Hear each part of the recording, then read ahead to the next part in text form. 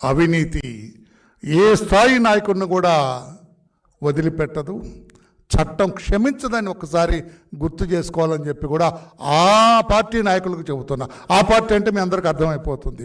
ఆ పార్టీ నాయకులకు చెబుతూ ఉన్నాను నేను.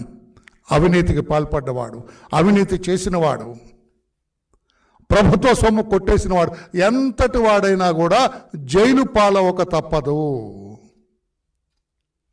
చట్టం ముందు అందరూ సమానమే. ఒక ఆయన బంగారు పళ్ళెంలో తినేవాడు, బంగారు గ్లాసులో మంచినీళ్ళు తాగేవాడు, బంగారం మంచం ఉండేది ఆయనకి.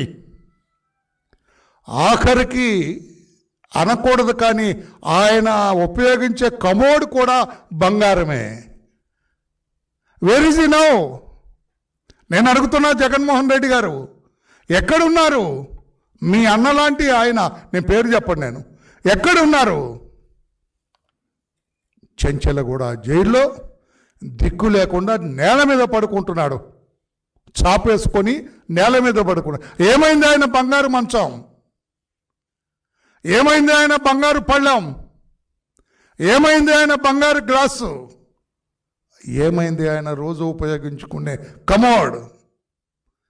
బంగారు కమోడ్ ఉపయోగించిన వ్యక్తి ఈరోజు అందరూ ఉపయోగించే 1-2కు ఉపయోగించే ఆ పనికి మాలిన దుర్వాసన వెదజల్లే ఆ బాత్రూంలో ఉన్నాడు. అర్థమైందా రాజా? అర్థమైందా? మీ రోజమ్మ గారు అడుస్తుంటారు, అర్థమైందా రాజా? నేనంటున్నా, రోజమ్మ గారు అర్థమైందా రాజా? అందుకేనంటున్నా, ఎందుకు భుజాలు తడుముకుంటున్నావు?